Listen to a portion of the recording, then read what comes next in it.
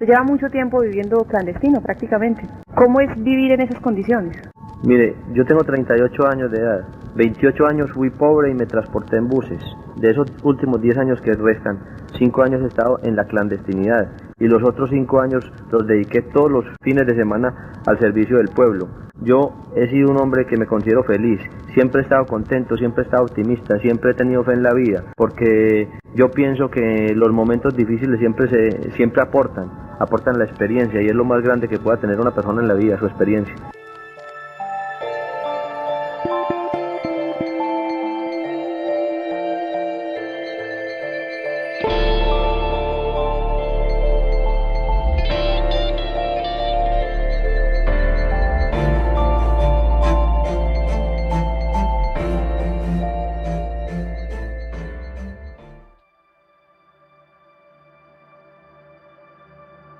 El 3 de diciembre de 1993, más de 20.000 personas caminaron junto al ataúd del entonces más grande narcotraficante de la humanidad.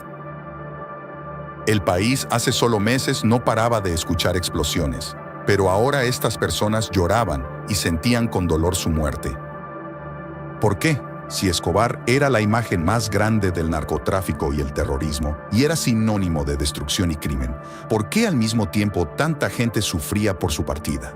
¿Qué había detrás de la imagen de Pablo Escobar? Pablo era una persona de mucho carisma, la gente lo quería y lo respetaba mucho, y tenía una cosa que le falta a mucha de la gente en Colombia, que es la palabra. Pablo lo que le decía a usted con la boca, se lo cumplía como si fuera una escritura. La determinación y la disciplina fue lo que llevó a Escobar a ser el jefe de la mafia.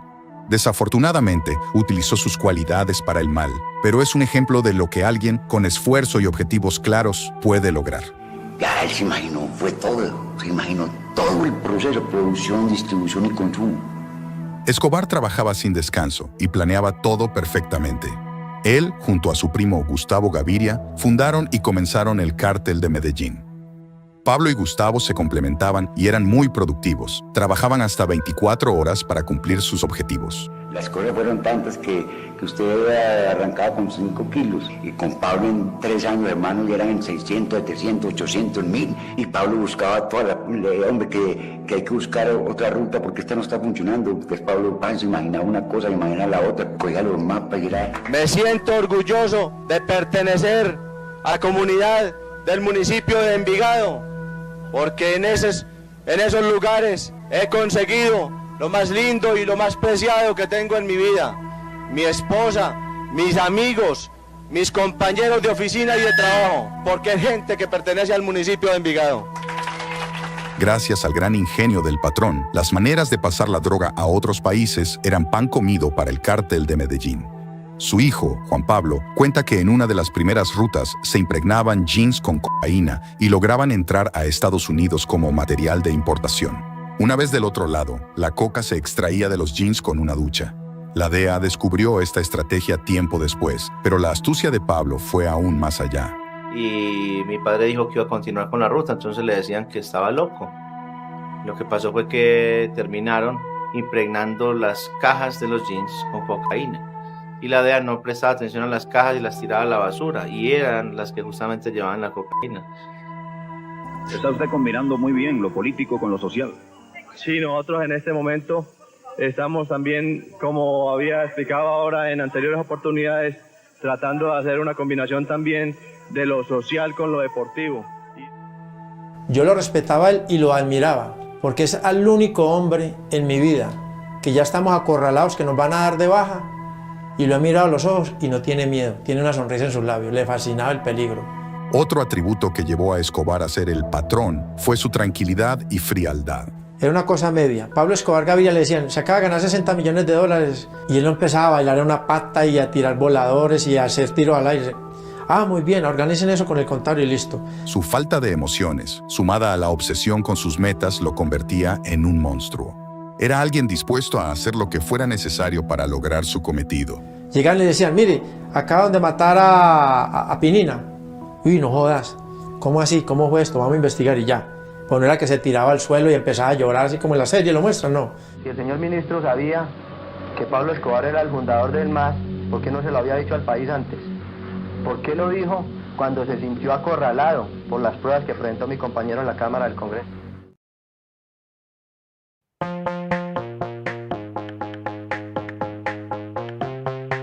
La hacienda Nápoles contaba con una sorprendente extensión de 1.600 hectáreas, aproximadamente 36 veces el tamaño de la Ciudad del Vaticano o 5 Central Parks de Nueva York.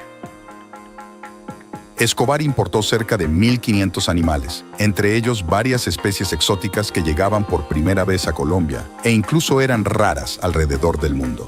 Las loras negras. Esas loras negras eran las únicas loras negras en cautiverio que había en el mundo. Y costaron $50.000 el par.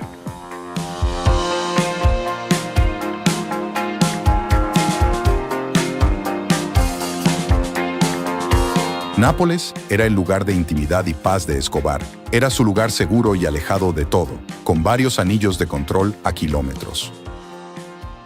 Así como de lunes a viernes se trabajaba sin fin, todos los sábados y domingos eran destinados, sin falta, a la recreación y a la fiesta.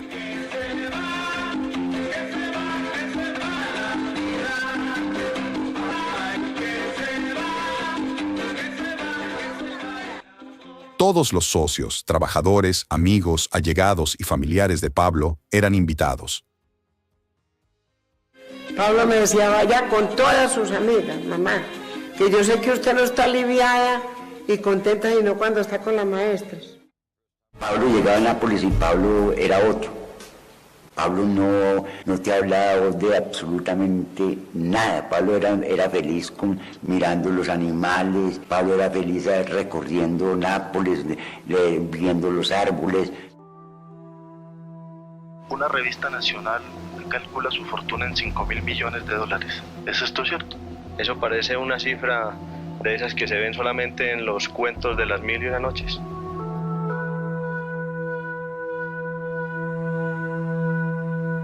Escobar llegó a controlar el 80% del flujo mundial de cocaína. Gran parte de su fortuna la destinó a la adquisición de bienes y propiedades. Se estima que invirtió alrededor de $63 millones en la construcción de la hacienda Nápoles, donde tenía todos los juguetes de la época. Pero su prioridad siempre fue reinvertir en su negocio para que siguiera próspero. Otra gran parte de su fortuna se iba en el pago generoso a sus trabajadores. Los mafiosos se preocupaban por tener las mujeres más lindas, los diamantes más grandes, las fincas con piscinas más bonitas, los mejores aviones.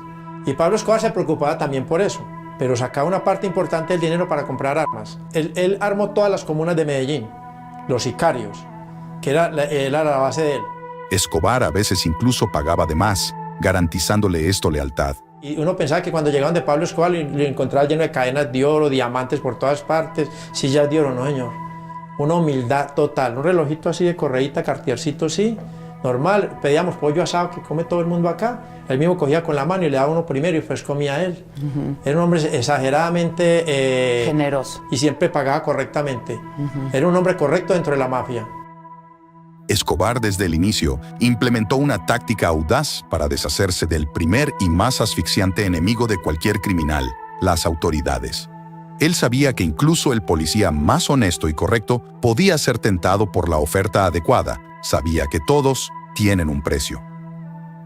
Pablo gastó millones de dólares en sobornos a las autoridades, pues nada mejor para un mafioso que tener a jueces y policías de su lado. Aquellos que no recibían su soborno eran asesinados. Y su primera demostración fue con los 2 agentes del DAS que lo arrestaron por primera vez. Y el patrón era una persona demasiado sencilla, demasiado humilde, y entonces se acercaba mucho a nosotros los sicarios. Es que el espíritu de él era tan fuerte que nos cobijaba. A nosotros nos motivaba servirle a Pablo Escobar, porque más que el dinero que él nos daba, cuando él le daba una palmada en la espalda, un abrazo por un operativo bien fuerte, y mirarlo sonreír, eso era un espectáculo. Es injusto que unas personas que cometieron un delito en el país sean juzgadas en otro y condenadas a penas que ni siquiera existen en Colombia. Luego de conseguir enorme poder económico, la ambición insaciable de Pablo lo llevó a fijarse en un nuevo objetivo: el poder político. Les quiero decir que con el apoyo de todos ustedes aplastaremos los títeres y los muñecos políticos políticos de trapo que fabrica la oligarquía colombiana. Ingresar en este mundo traía consigo beneficios que el narco ansiaba. Desde adentro podía influir para abolir la extradición a narcotraficantes, manipular otras leyes a su favor y obtener inmunidad parlamentaria. Yo quiero, para no ser muy extenso en el uso de mi palabra, pedir a todos ustedes, en nombre de la ciudadanía, de la soberanía y de los derechos humanos, ayuda para combatir el tratado de extradición. En 1980, comenzó a trabajar en su partido político. En 1982, logró entrar al Congreso y de inmediato se le garantizó inmunidad parlamentaria. ¿Pero usted puede asegurar que su dinero nunca ha tenido vinculación con el narcotráfico? Siempre he asegurado que mi dinero no tiene vínculos con el narcotráfico. ¿De dónde surgió entonces su dinero, su fabuloso capital? En Antioquia todos conocen las inversiones en el campo de la industria, en el campo de la ganadería y en el campo de la construcción. Entrar a la política no es ningún juego, por lo que, como era de esperarse, los orígenes verdaderos del capo no tardaron en ser revelados.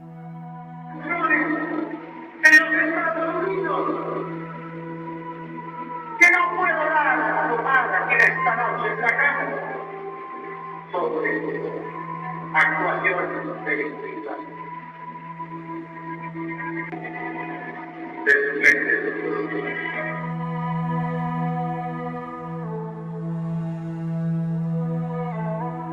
El señor ministro de Justicia, a la audiencia con nombre dijo que usted tenía varios procesos pendientes en los Estados Unidos.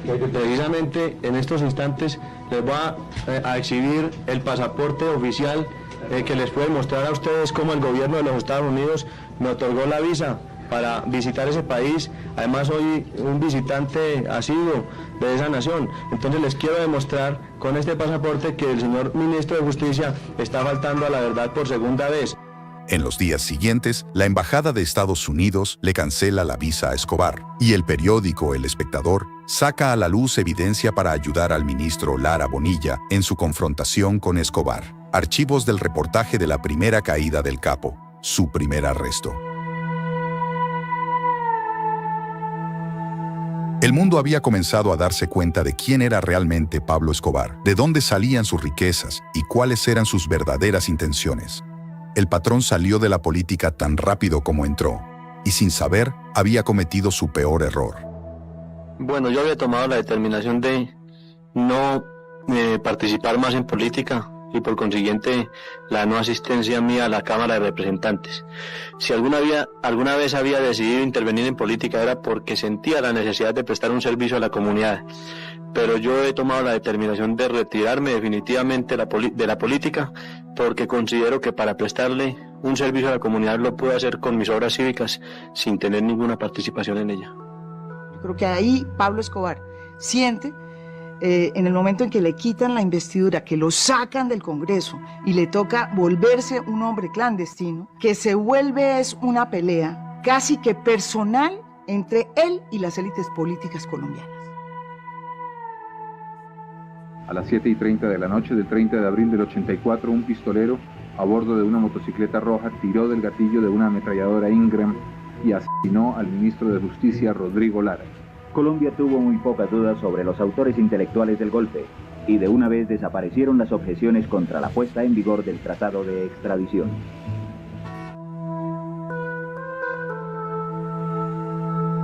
La razón por la que un narcotraficante como Escobar logró entrar al Congreso de la República Colombiana fue por sus años de campaña política, por sus contactos y figuras influyentes interesadas en su dinero y, en definitiva, por sus obras sociales. Nada ha cambiado. Todo sigue igual. La lucha del pueblo, la guerra del poderoso contra el débil, la persecución irresponsable e inhumana contra los venteros ambulantes. Las masas apoyaron su candidatura para la Cámara en agradecimiento a su supuesto amor por los desprotegidos. Escobar regaló más de 300 casas a personas que vivían en pobreza extrema en Medellín. Financió la construcción de iglesias, canchas de fútbol y escuelas en barrios marginados, y solía repartir dinero entre la gente pobre. Así estuvo invirtiendo gran parte de su riqueza y tiempo en el beneficio de la comunidad. Y mi sentimiento de gratitud gratitud hacia todas las personas que colaboraron en los trabajos materiales para la construcción de esta cancha. Muchas gracias. A ver. De esta forma, Escobar cultivó una imagen de benefactor frente a la gente más desfavorecida, mientras el Estado era percibido como ausente o corrupto. Irresponsable porque tenemos 142.000 desempleados en el Valle de la Burrá. Inhumana porque se está jugando con el pan de miles de familias antioqueñas.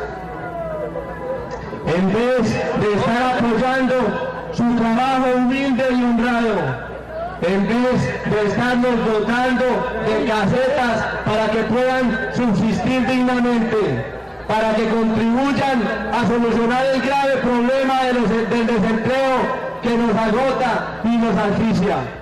Todas estas obras de caridad, junto a un impecable uso de los medios de comunicación, hicieron que a Escobar se le considerara una especie de Robin Hood paisa.